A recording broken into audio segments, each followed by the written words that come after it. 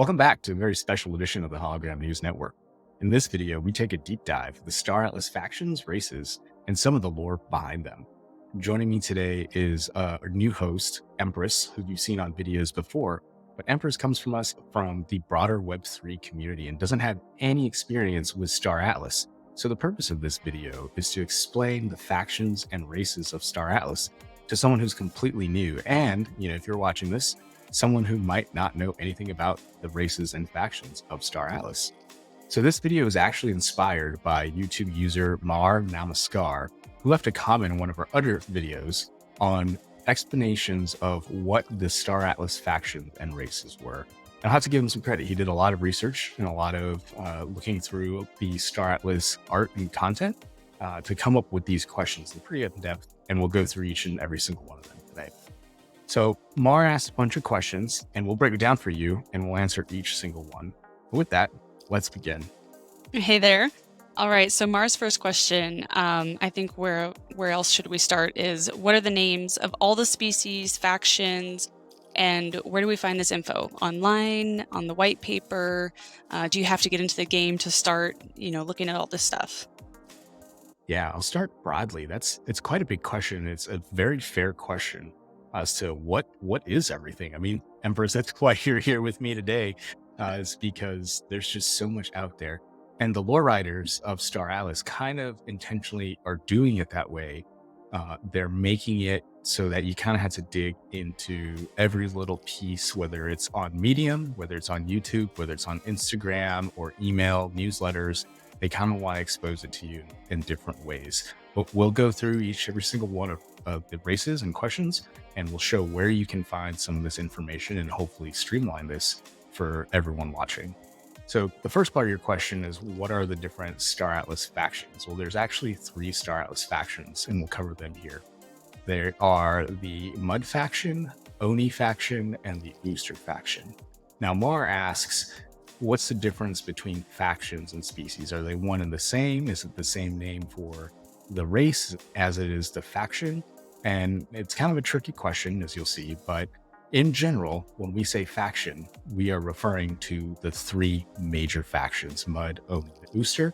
There are also minor factions, which we'll get into, and the races of each faction are different from their names, with the exception of the Ustur. The Usturs is also the name of the faction and the race. So at the top here, you see Mud. Those are generally humans. You see Oni faction, and that's kind of a consortium of different alien species and races, and we'll deep dive each and every single one. And then Ustur is kind of one of the most mysterious factions that we have so far, but that is both the name of the faction and the race. Okay, I don't want to say lost, I'm just kidding. But that's a lot. I mean, yeah, it's easy to get lost in all the different layers to it, I guess is a proper way of saying it. Yeah. So it is a lot. And here's another source that someone can look at, and that's the Star Atlas Instagram page. So the 3 main factions are one of the 3 factions players will choose when they initially join the game. And players will have to choose whether they want to join the Oni faction, Mud faction, or Ustur faction. Now, currently, there's no differences in gameplay bonuses to joining either faction. It's kind of more stylistic preference. Or if you want to, play with your friends and they're in a particular faction, that might influence your choice. Or you might just find that you like a particular aesthetic or design or, general feel of a faction. That's why you might join a faction. So you might not get per se a difference in the gameplay choosing a different faction, but you might get an advantage in the people that are in that faction. That might be where you find that advantage. It's unknown at this point. In the Star Atlas lore, it's hinted that you can be any species or race and join a different faction. However, in the current setup that Star Atlas has, it's assumed that if you are a specific race, then you are in a specific faction. It'll be interesting to see how the Star Atlas team and lore writers kind of handle that as the game is developed. But, to the basic point, if you're generally a human, you're going to be in the Mud faction.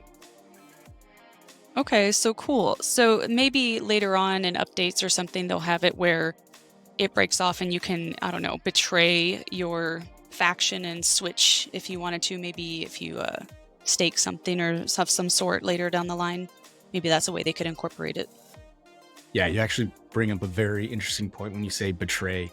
There's actually a human pirate faction called the Jorvik, and they've kind of escaped or shunned the Mud faction because they don't believe necessarily in all the Mud principles, and they've set up their own Jorvik faction in the outskirts of what's known as Gallia, the system that Star Atlas is set in. They kind of are out there living their best life.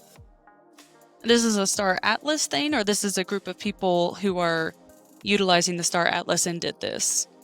This is a Star Atlas minor faction. So the three main factions, Oni, Ustur, and Mud, they comprise the Council of Peace. And the Council of Peace kind of rules over the Gallia expanse and provides governance and structure and security in the system. Now, obviously, with any kind of governance system, not everyone necessarily agrees the way with power and governance as it's structured. So there are minor factions out there, like the Jorvik and the Ecos, who are more of ecologically minded groups of people that kind of live outside the governance structure of the three main faction Council of Peace. Okay. So I think my last question for the generally of the three is, do you start out in a different part of the map? Is there a difference there with the factions, or is there literally no difference in the gameplay at all? No, great point. You actually do start out in different parts of the map when the game is developed. So as the lore states, according to the Gallia expanse and different articles that you can find online, each faction has its own safe zone in the game. And this represents the communal centers and space stations that each faction gravitates towards and kind of where they've built their society. So the Usturs and the Oni and the Mud each have their distinct, what they're called central space stations. And as we get to see the Sage gameplay come out over the next few months, depending on what faction choice you selected, that's where you'll start in the game. And the goal of the game will be kind of to expand your faction's territories. As you can imagine, these factions are slowly expanding past their already established zones into these medium risk zones, which are less secure and less safe, and where the breakaway factions, minor factions, have set up shop, like the Jorvik and the Ecos. So the game really sets you up to kind of do battle with these minor factions on behalf of your selected main faction. It's really cool. It's almost kind of like a risk thing going on. You start claiming your territory early and start building your faction as best you can, and then just in preference, I guess, because who knows what they'll release and what will happen in this expanse, and you'll have to be able to adapt. That's exactly the way they envision it. Sage, the game, is going to be a real-time strategy, grand strategy, space MMO that Star Atlas is envisioning itself around, and it'll be the first time the three factions truly will be able to compete with each other, i.e. the players expanding against the borders of other factions. Okay, so should we maybe dive into them a little deeper? Do we want to start with the Mud? Yeah, absolutely. I think Mar had another question on what is the Mud. So let's, what did he ask? So he says, I think they're called Mud humanoids, but are the ones with the black inserts on the skins of their skins the same faction as the humans with no black inserts? Or is there a difference? Is it a less faction? And then he listed human number 1, human number 2, and one of them looks like, I guess, a teen mannequin doll. That must be the one he's talking about. Yeah, I think it's the one he's referencing. Again, props to him for doing all the research. Oh, yeah. This is what one of the Mud humans look like. Now, the Mud humans are known for having the body augmentations that you can see along the neck of this person. This person actually is the leader of the Mud, Karen Gotti Jr. And so a lot of the Star Atlas lore and artwork has Mud humans with these alterations on, from what you can see their face. But there's also artwork out there that shows kind of just normal looking, at least what we would think normal looking humans to be with no body augmentations.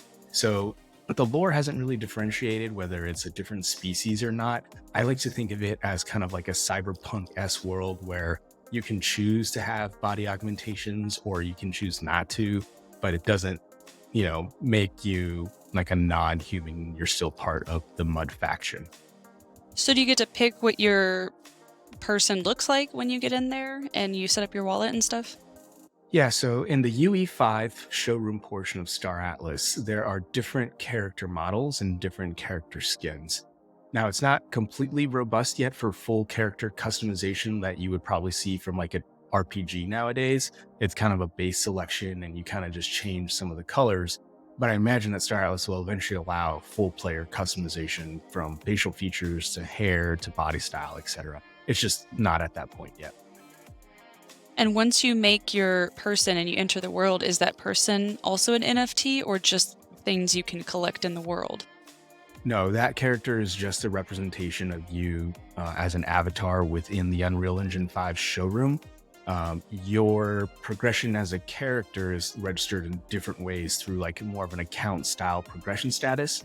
Now, however, you will be able to collect crew members that go on your ships as NFTs. And so that's kind of maybe a bridge there where, you're not necessarily the NFT yourself, but you have crew members represented as NFTs that will man, pilot, be the gunner, medic, That's or really cook cool. on your ship. So, and we'll get to that when we actually get to one of the other species, the Punabs, and we'll explain that here in a bit. Oh, cool. Okay, let's see what else he said. Well, he goes on to the Ustur, and I think you had some other cool things that I was reading about in the lore of the mud. If you want to mention those real quick, or if you want to go on. We can move on to the Ustur. He asks if there are two different types of Usturs, and I see where he's coming from on that question, because in a lot of the artwork, there's depicted two different styles of Usturs. Now, we've clarified with the team that there are no subspecies of Usturs, at least publicly acknowledged.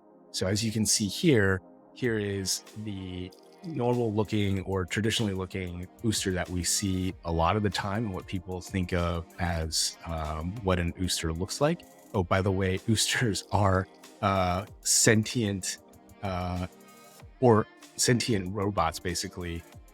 If that's not that clear by the picture there. And no, I was going to ask because of robots that have evolved through the centuries. Yeah, I was just reading what his question was. He said there might be many creative or expressive body forms and shapes of them, but is that the only robot android faction, or are there more factions of them with other names? Yeah, so Ustur is the only.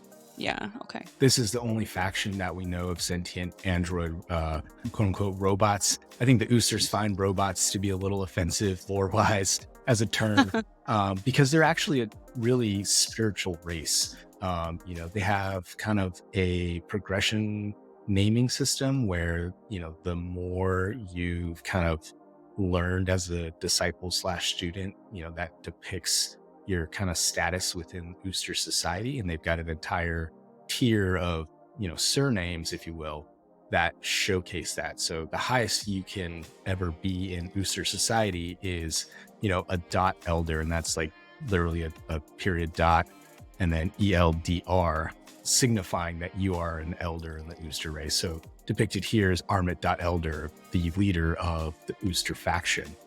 Now we go to this picture here, and this is also an Ustur, but as you can see, it's a little bit slimmer frame, and the head shape is a little bit more narrow and angular as opposed to the more rounded Ustur that we saw in the last picture.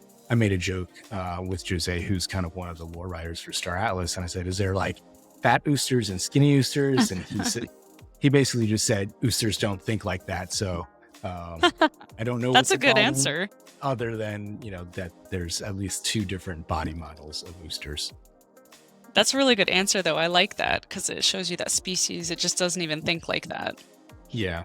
They're so advanced. Now, another interesting tidbit, of their species is that when they die, they actually have this cube that is in their body that contains their like soul or consciousness that has to get returned to this spiritual place in Ustur society. And it's imperative for um, Usters that that ritual happens. And that's actually depicted in the core NFT novel series that Star Atlas puts out. And there's a lot of great info and information in there that tells you about the world of Star Atlas and all the species and races in it. Yeah, I was going to circle back to one of his original questions he had. Where are we getting all of this lore info? I mean, you did say that there's several places, but this is really intricate information. Absolutely. So there's so many sources, and some of it's not even documented. So I take it a little bit upon myself to document some of it. But first, there's the medium that Star Atlas puts out. A lot of it comes from there in their weekly or biweekly articles. The next biggest probably source of Star Atlas lore is going to be their core NFT novel series. Now, this is actually free to read. You can get it on Amazon Books or any like app bookstore, or you can have the option of buying the NFT cover on either Magic Eden or the Star Atlas Marketplace, and that gives you access to a little bit more exclusive information within the core novel series. But the base book is free to read for anyone, and you can experience the world of Star Atlas that way. In addition to that, there's just general, conversations that the lore writers have and kind of reveal tidbits here and there when people like to ask questions like myself. And then there's also exclusives that get sent out in the Star Atlas newsletter. So if you subscribe to that, you'll get probably around monthly emails with information about the Star Atlas universe that you may not necessarily get elsewhere. And then, of course, there's just the general artwork that comes with all the NFTs. There's the meta text that people piece together from all the NFTs, the flavor text. So there's so many places where all of this is just coming together. And it's kind of fun to kind of treasure hunt and find it all and piece it all together. And at some point, I really hope that they just publish a encyclopedia of all this knowledge. Oh yeah, I can definitely appreciate when they fragment it out and you do have to treasure hunt it. It has a little piece of everything, the Yeah. strategy, the space aspect. We all know everyone loves the space aspect. So, I mean, it's just really, really, really intricate of a story and lore, like you said. Yeah, it's truly, truly complex.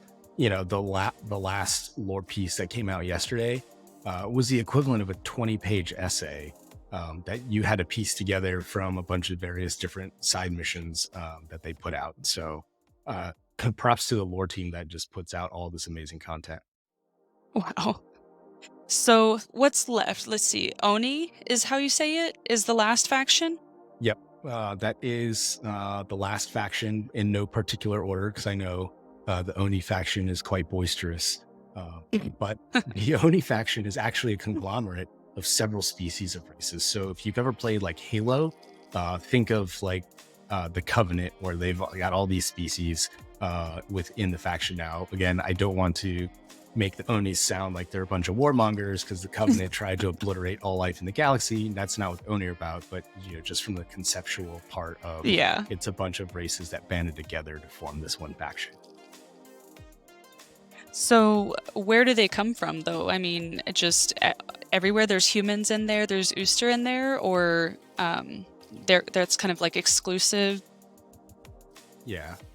Well, so according to the published lore, it's a faction that comprises of 4 different races, and that is going to be the Sagmians, the Miris, the Fatolli, and the Punabs. And each one have, their different origin stories, their different home worlds.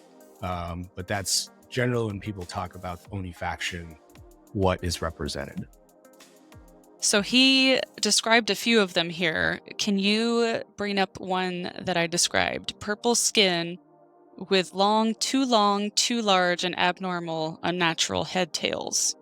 Yeah, Is absolutely. that one of the species? It How do they wear is, and I helmets on their have a heads? photo of it. That is quite funny. Um, What if they had thick hair instead? That is, yeah.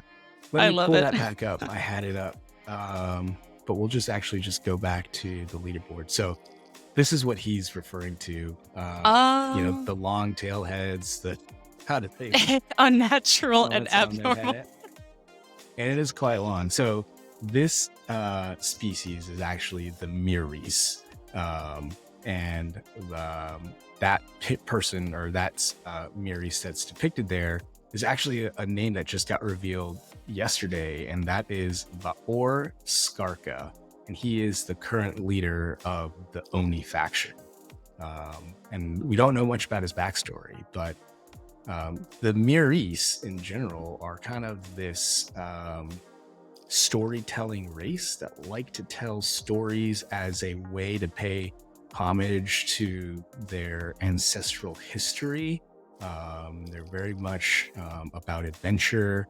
In the core novel series, there is a Miris main character who's very much adventurous and representative of the Miris species.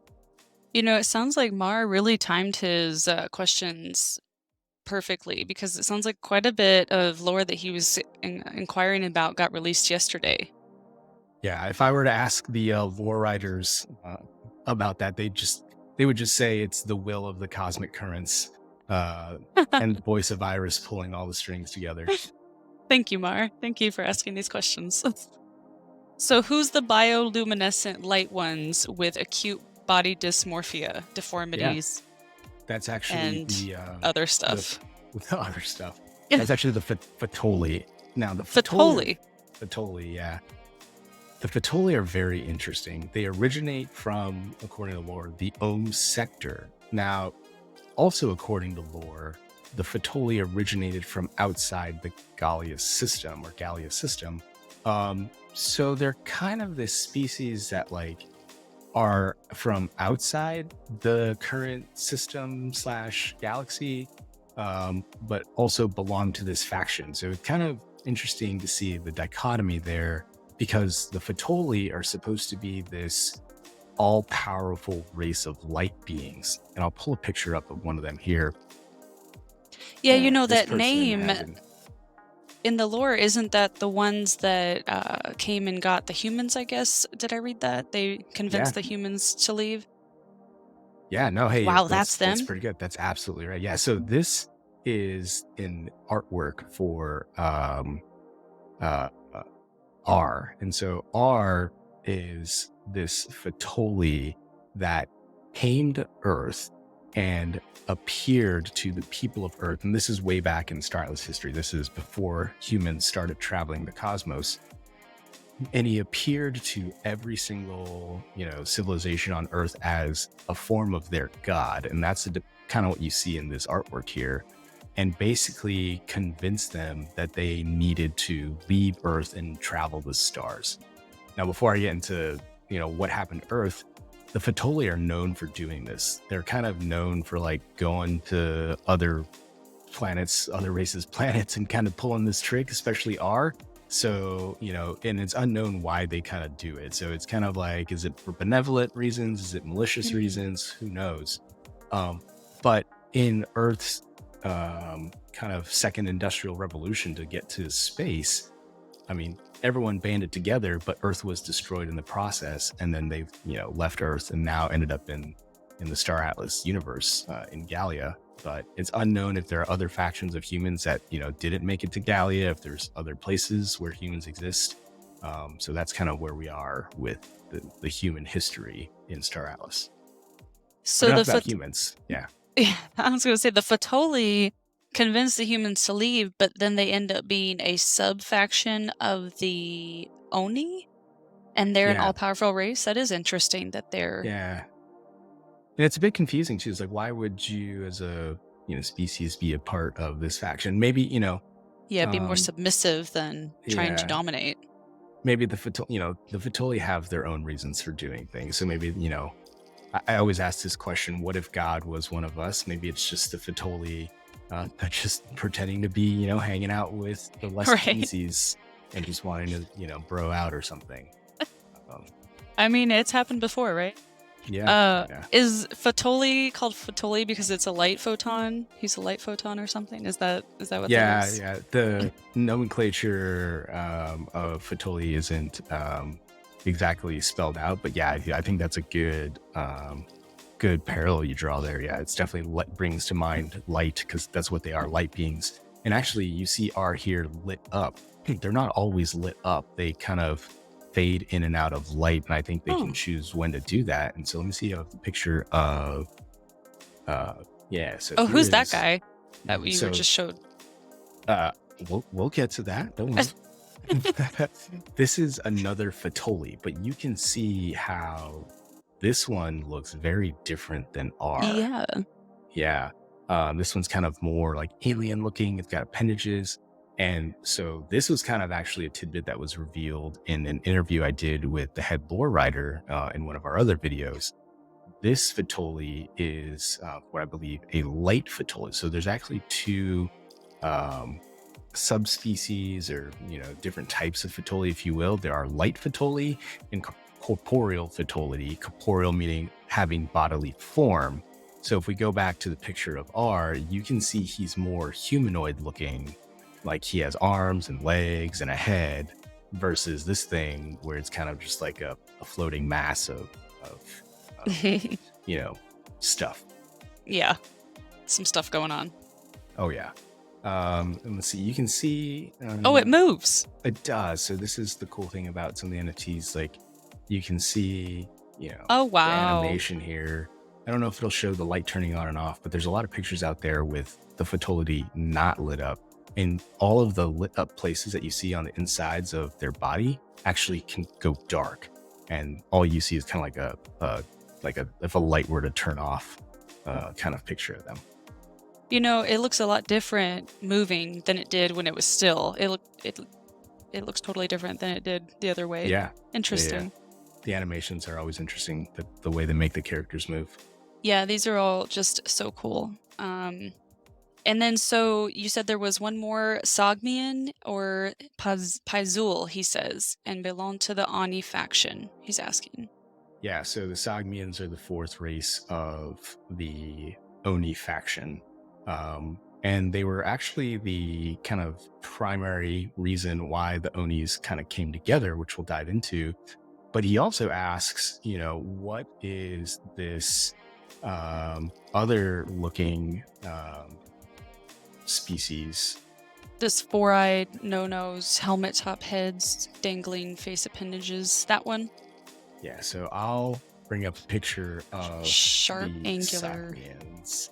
Yeah, so this is what he's talking about. Oh. So the Sagmians are distinct in that their facial structure and their eye structure. And this is actually the NFT poster B loves P, so B heart P. And really what that stands for is the two people, or two Sagmians you see depicted here, Pakalu and Paizul, so B and P. Oh, that one's Paizul. Okay. Yeah, so That's where you got that. Pakalu is the name of the person, the Sagmian on the right, and then Paizul is the Sagmian on the left. So he, she, in this dichotomy here, and they were actually lovers. And Paizul was the leader of the Sagmian race during the Convergence War. Now, the Convergence War is essentially the war that predated the current Star Atlas era, where the factions were fighting each other because they were all fighting over the resources within Gallia, building up huge ships and armies and trying to extract all the resources that came out from the Cataclysm, which is at the center of the Gallia system, where there's a bunch of high value and scarce resources that people wanted.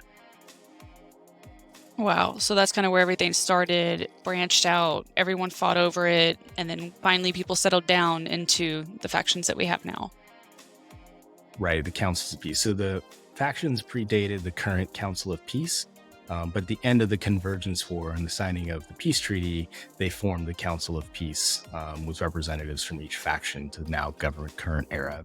The Convergence War kind of is the watershed moment in the modern Star Atlas era, but the core novel series takes you back over 100 years and kind of sets the groundwork for what leads up to the discovery of Iris and the Cataclysm and the Convergence War. So there's a lot of history in there. that goes into where we are today in Star Atlas. You said that's in the book that's available for free for everyone? That's correct. Yes. And, oh, I had a question, and I think it's gonna leave me. Um, is it in that where it talks what's in the treaty per se? Like, it can tell you what was signed and what people had to kinda, uh, meet each other halfway on to get Yeah. to this Council of Peace? Yeah, no, it's not in that. So the core novel series is set way, way back, even before the signing of the peace treaty and the Convergence War.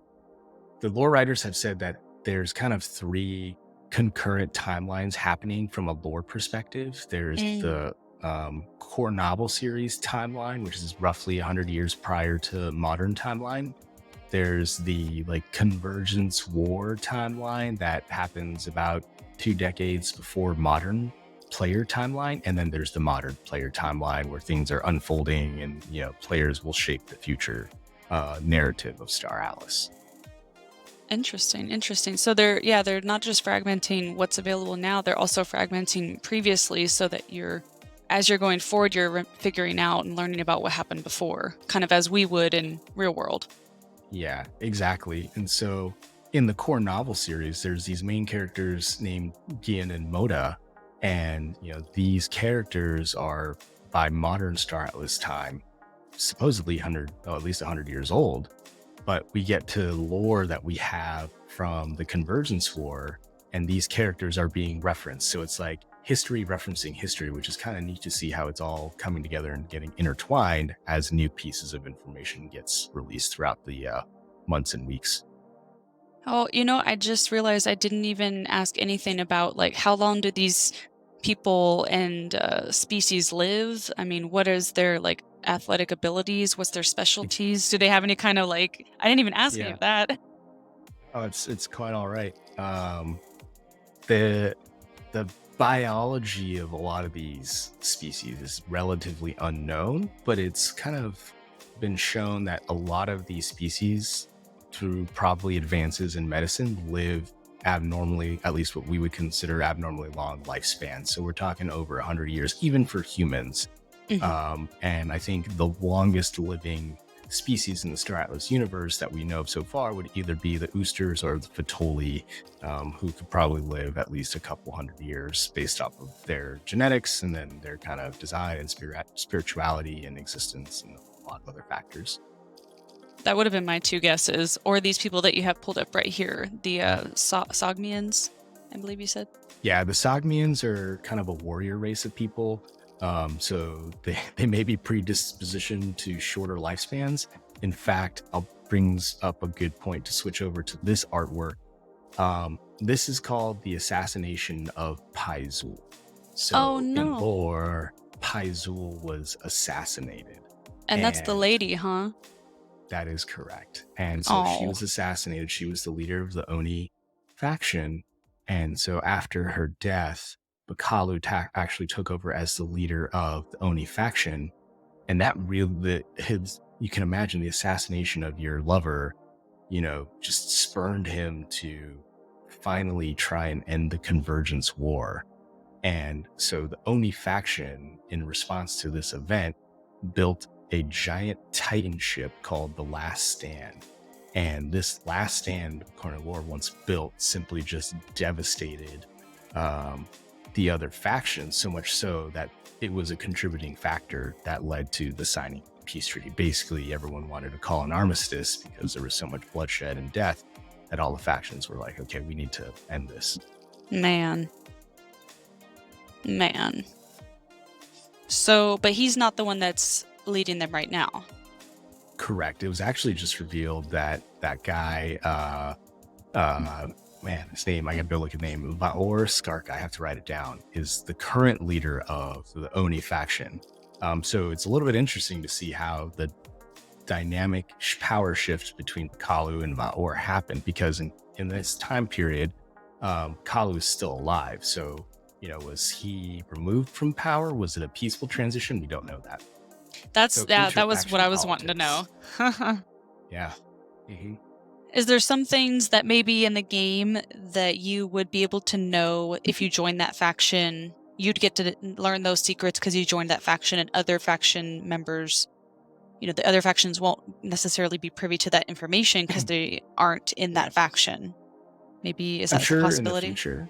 Yeah, I'm sure in the future that might be a thing, but currently the game is kind of limited in scope, at least when it comes to faction implementation. So there's not a whole lot of information gained from gameplay inside the faction. Yeah. So, okay, so now what's that little badger? Can I know where the badger is now? The It's so cute. Badger. Yeah, and there's been a lot of artwork kind of just released of the last year on the Punab. So it's the Badger is the Punab racer species. He But says highly advanced, so he asks highly advanced. yeah, they are advanced. So they are a faction of badgers, a race of badgers. Sorry, I can't get over that. But no, these are little furry creatures that are highly intelligent. They're known for being exceptional tradesmen and crafters within their faction, mercantiles. And there's actually two different societies, if you will. I'm trying to avoid the word faction, but two different groups of Punabs on their homeworld Akhenaten. And it's actually, there are high Punabs and profound Punabs, and each one has different characteristics. So, it's likely if you've played World of Warcraft, you pick a race, but then within that race, there's like, oh, do you want to be a dark elf or a light elf? And, there's different choices. I'm sure that will be a factor playing down the road. And so all of these not faction species that we've mentioned since the top 3 are all under the Oni faction.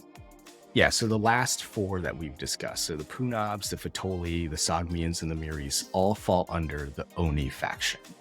Okay. And so this guy, he kind of looks like that raccoon from Guardians of the Galaxy. That's what he kind of looks like. He was actually just revealed just yesterday. And his name actually is Sand, spelled with 2 A's, so Saand. And his backstory, and this is during the time of the Convergence War, is he crash lands on this desert planet, which you kind of see in the background here. His ship explodes and he escapes, and he's found by an adventurer, and that adventurer is implied to be you, the player. And so Star Atlas just released their Never Alone campaign. You can go check out that video that we made as well to learn more about it. But the premise is that you, the adventurer, are helping Sand recover his memories that he lost during this crash. Oh, by the way, it caused amnesia. But you do these missions on the Zeely platform. You get his memories back, and then you turn those memories in for loot and rewards and prizes throughout the Never Alone campaign for the rest of the year. That's really fun. Now, you keep saying different engines. What do you mean by that? Like, you connect your wallet, you go into a browser, you connect your wallet, and you're playing on Unreal Engine 5, right? Yeah. And then if you are doing certain parts in the game, depending on what you're doing, if you're in the shop or the marketplace, or if you're out on the map, are you on a different chain, or you're in a different program? How does that kind of work? Is that too complicated of a question? No, it is kind of a little bit complicated for new people, but I'll break it down for you pretty simply. Star Atlas takes place the game on Solana. Everything is on Solana. That's the chain. There is no layer 2. The Atlas token is just a token on Solana. When I say Unreal Engine 5, that is just, for most gamers, they'll be familiar with this, but the system that develops a particular game. So think of it like as a designing different games. So there was Unreal Engine 4 and 3, etc. There were just on Unreal Engine 5, and that's what Star Atlas will be built on Unreal Engine 5. Now, that is a client that you download from the Epic Game Store, and you play kind of like you would any other game you would download from Epic or Steam, etc., etc.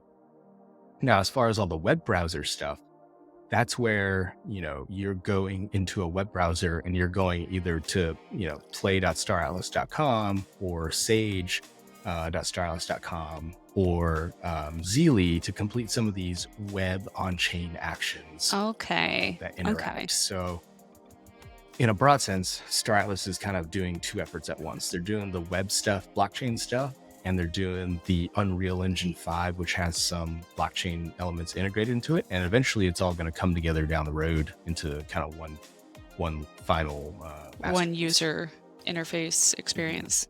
All right, cool. That does actually clear up, I feel like, a ton of questions I had in my head. Yeah. That's a really simple way of explaining it. From a development standpoint, it's easier to push out the web browser stuff than it is to do the Unreal Engine designing stuff, which is actually going to take several years. But they didn't want players to not have something to do in the interim, which is why they're taking this approach, to do some stuff now in the browser, and then down the road will be the full. Well, yeah, plus when the full game releases, you won't be all starting out fresh. Everybody will hit the ground running, so to speak. Yeah, it'll be interesting to see how they kind of handle that, because definitely people have been playing since the early days will certainly have some advantages, and I think they certainly should, right? If they've been playing for several years in different various forms. Obviously, you want to balance that with someone who might come in, a year, 2, 3, or 5 years from now, and you want to make sure that they don't feel like they can't ever catch up or master everything. Yeah, like in World of Warcraft, the people who just man. So after San, whom by the way is one of my favorites now, I think. I like him. How many is after him? How many other species are there? Yeah, so that's pretty much what rounds out our known species of main Star Atlas factions. Before we move on, though, I want to note that part of the Never Alone campaign, if you complete a lot of the quests and you get the memory fragments of the highest tier, you can actually get this character as a crew member NFT. I know we talked about earlier that you can get NFTs as crew members. If you complete kind of like the highest tier, Sand becomes your crew member for you to own. That's definitely motivation for me to connect and start doing this, because he's awesome. Yeah, already. It's definitely, other games you see it where, you get a limited edition character to be part of your team. People, pay, like in especially mobile games, $5, $10, and people just eat that up. Yeah, do maybe some of these NFT people, members, perks, whatever the NFT may be, do they maybe add things like 5% movement speed on your ship or something down the line? Or is it, how else can they add to the... Yeah, it's not just cosmetic, right? Crew members will give bonuses to your ships. Now, what those bonuses are, it's all speculation at this point, but it's definitely been heavily implied that having different crew members who are specialized in different skills, whether that's flying or shooting or medic or whatever, will give you those bonuses, like you mentioned, whether it's movement speed, firepower, evasion, like you see in a lot of games. They'll add to your ship's capabilities in the game. Yeah, which will probably want you to, it'll drive you to want to have a diverse crew. That way you're getting all just kinds of various perks. Yeah, there's certainly a lot of strategy just at the crew member level that can go into this, let alone your ship that you buy. So you said all the known species. There's unknown species? Yeah, so Maar definitely does his homework and asks questions about what are some of these, octopus squid looking things, and what is this primitive dysmorphic body walking with a semi-naked arm weapon attachments. I was looking at the arm weapon attachments. Yeah. And then he asks about a species with blue skin and eyes, with dangling face appendages, small stature, and looks like Asari of Mass Effect.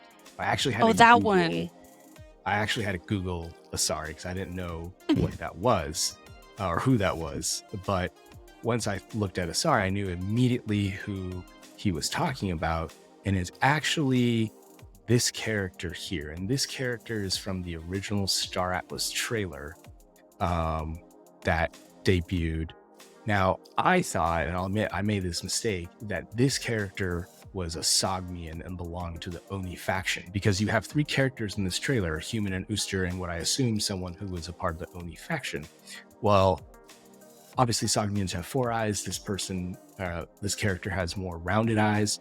I just thought it was a stylistic design to kind of make a trailer more appealable to the wider audiences and not look too alien. But I clarified with the lore team, like, hey, this is a Sagmian character, correct? And they actually said, no, this is not a Sagmian. And it is a undisclosed race. Now, whatever that means, I don't know. Maybe they just haven't said what this race is. And maybe it's one of the ones we already know, but it doesn't, it resembles closely to Sagmian, but is definitely not Sagmian according to the lore writers. Yeah, the Sagmians are the ones you said, the couple, the lady that got assassinated, right? Correct.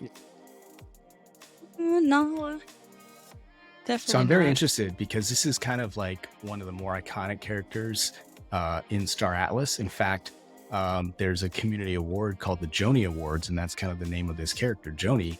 That this character is on like a golden statue, like you would think in Oscars, and community members can win that as a NFT reward, a Joni Award. So I am very interested to find out what species this character is.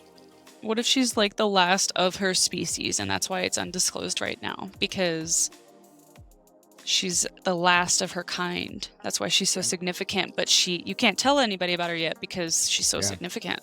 Yeah, that'd be crazy if you were right. That'd be, you call as we go back to this video and say, oh man, Empress guessed it way back when on plot twist. 12. Yeah.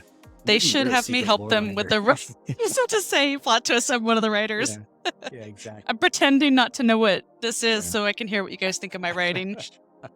Yeah, actually, if you're still watching and listening, leave a comment on what you think this character is. It's clearly according to lore writers, not Sagmian. So interesting to see what it is. Some kind of unicorn. Some kind of specialty. Yeah. Always. All right, on to the thong metal wearing alien. This is really the only picture that depicts this character model. Oh, that's that one. Okay. Yeah, it's called the Hunter. Now, according to an orc. Yeah, it's an orc. Yeah. This is actually a character model that got cut. So this is actually no longer intended to be in the game. The little tidbit I got from Danny, kind of one of the co-founders of Star Atlas, is that this was actually intended to be a creature that was huntable in the game. So that makes sense. I don't know about that. This character is called the Hunter. Why would I be hunting it? That kind of seems like, why would I go and hunt the predator? That seems kind of to be the apex predator. Yeah. That doesn't end well for a lot of characters in the Predator series. And that's true. Unfortunately, interesting design, but no longer part of Star Atlas canon. And the same goes for this character here. I'll bring it over to share. But is it going to be the octopus? Yeah, it's the octopus or squid. Yeah, and you can see why Maar referred to it that way. It's got these tentacle-looking things at the bottom, with this like wide, flappy looking face. Kind of creepy looking, if you ask me. Unknown what this name was. If you do know name for this character, please let us know. Yeah, definitely no longer also part of the game. Yeah, friendly or not, can you imagine encountering that in person? I mean, sheer terror. I'd be weirded out. I would be like, don't touch me. That's a little close. What are you? Yeah. It's already got his hand out. It's like, let me. Yeah, I'm like, sir. Yeah. Sir, hold on there. Yeah, no, thank you. Yeah. Wait, there was another one that I'm really interested to see what it looks like. Rock, stone, silica, and has ships. But he says a species being that seems to be a ship. Yeah. Or has ships. Yeah, this is probably the faction, I won't even say faction, species that we know the least about. even less than the Usturs.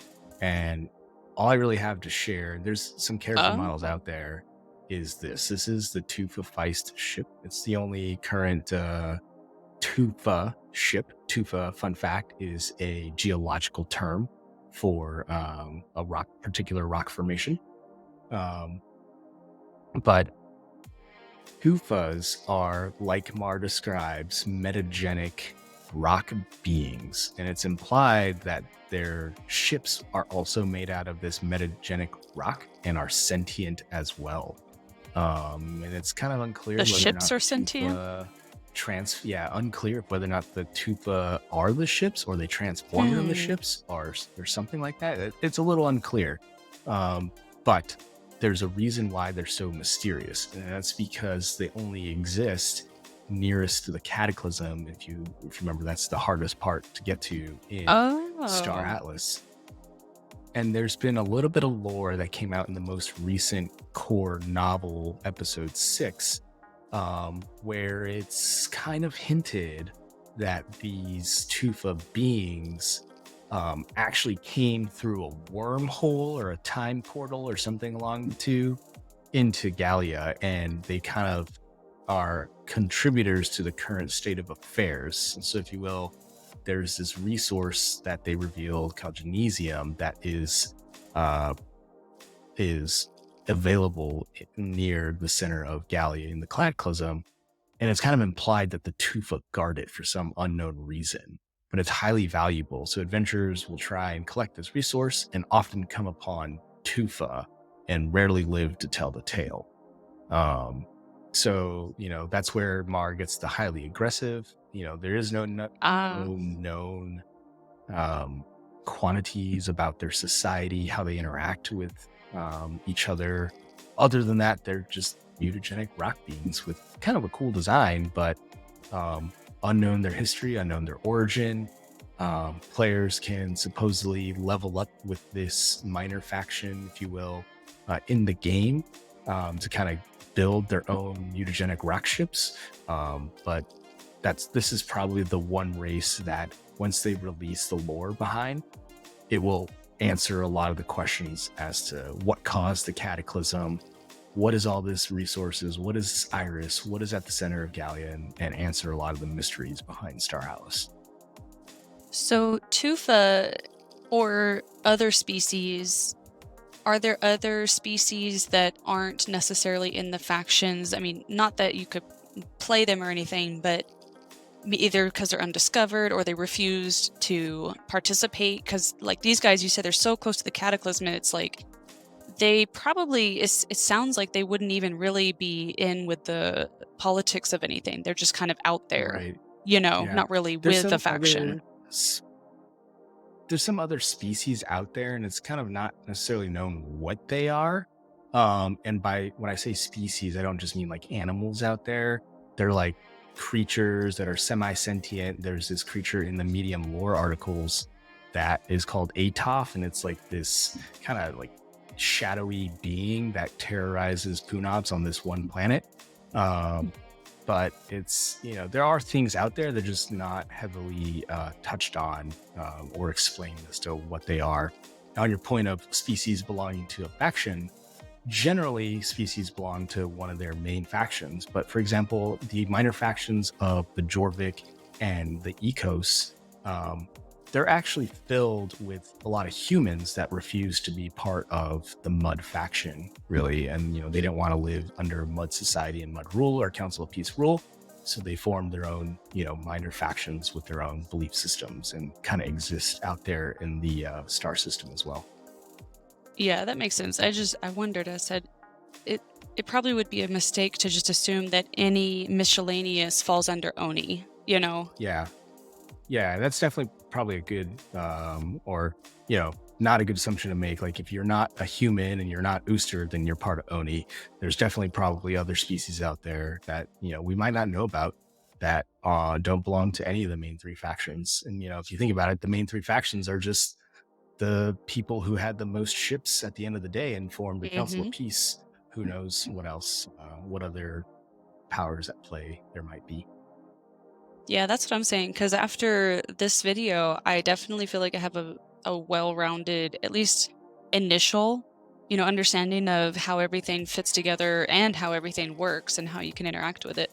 But it definitely seems like they left room open for what about the other people? What about the other ones that were in all these wars that didn't end up on top, didn't fall in line? Where did they go? What are they doing? Those are the ones I think I'm curious about still. Yeah, I talk to the Jose, one of the war writers, quite frequently, and they've got all that planned. They're always thinking about that. I don't know if it's quite written yet, but they definitely don't want to tell a one-sided story. This is not a kind of good versus evil universe. This Mhm. is a story of many tales, as they like to say. There's so much dynamic interactions throughout this universe that you could think someone's a good guy and they could be the bad guy and vice versa. So Yeah, or, it's relative what's good or bad, if they're good or yeah, bad, because it's relative on their planet or ours, and that's yeah, what makes it good is when it's diverse like that. When it's the same old story, I mean, it's the same old story. It's just a new background, it's just yeah, a new colors and imagery, but this is really in depth. yeah. And I think that's why people can gravitate to it so much is because um, there's something for everyone, right? You Yeah. can find something that you have an affinity towards and say, hey, this best represents me. I like this. I'm going to play as this or, gravitate towards this one particular aspect in the game. It's not just, I always didn't like the dichotomy of the Alliance versus the Horde in World of Warcraft. I was like, Yeah. I don't, For the whole. yeah, I like some of the characters, but I don't want to be part of the Horde. Alliance is kind of, I Yes. don't know. So, Yes, agreed. Agreed. Or I have to say Fallout 4. I mean, I know it's super old now, but man, that game blew yeah, me away. yeah. So, what did you think? Which, if you had to pick a faction, what would you choose? Not to put you on the spot.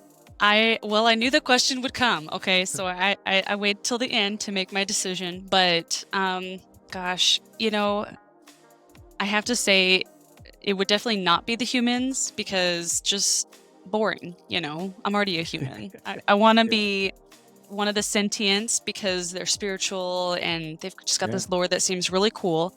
But then the Oni, it just seems like, you have, I don't want to say more of a variety to pick from, but there's just so many more different people in there, different species in there. So it yeah. kind of just gives it more of a dynamic feel, like you're kind of in you know, just a cluster, a melting pot all the time. So I think one of those two, probably.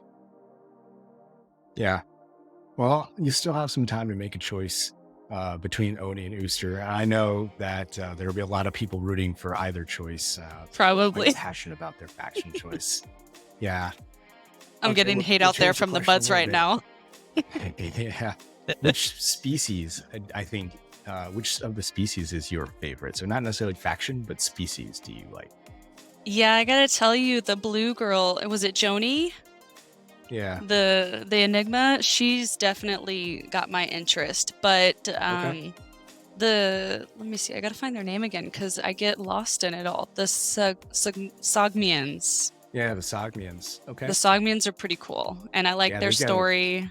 And yeah, Yeah, they've got a quite the backstory on how they've come through the Starless universe and the assassination of Paizul and the Last Stand and where they're yeah. today. So You definitely, know what? Actually, I take that back. The one you have up now, the Tufa, that one is yeah. really cool because it kind of looks like it actually belongs under the ocean, like they're a water being, Okay. Yeah, a little bit of kind of. core world going on there. Yeah, don't you see it? I don't know. It's Yeah, I see probably it. more Yeah, meteorite than that, but yeah. No, that's been great. So that's all the lore tidbits I have for this video. You got any closing questions we haven't answered? no, I mean, he did ask about, manufacturers and ships and such, but I think that might be a little sneak peek for another video. Yeah, we'll definitely cover ship manufacturers in another video. Sneak peek, he got a lot of them right. As he explained them, you can check it out in the comments. But it's definitely interesting to see how the ship manufacturers line up with each faction and how that plays out in the world of Star Atlas. Yeah, I definitely want to hear from Mar and see if we covered all the questions. I want to see if we got all the questions answered. Or if there's any more. Mar, if you're watching this video, let us know. If you got more questions, we'd love to answer them. Empress, thanks for joining me today. It's been great. I'm Thanks glad for I got to having me. educate someone who is completely new to Star Atlas, and hopefully there's others out there that want to learn about the lore of Star Atlas, and this does it for them, and this gives them the primer that they're ready to join the world of Star Atlas. So thanks again. Always glad to have you on here. If you like our content, please remember to subscribe, hit like button. But with that, thanks for tuning in to the Hologram News Network. I'm Kriggs. I'm joined today by Empress, co-host, and listening to the Hologram News Network. Bye, everybody.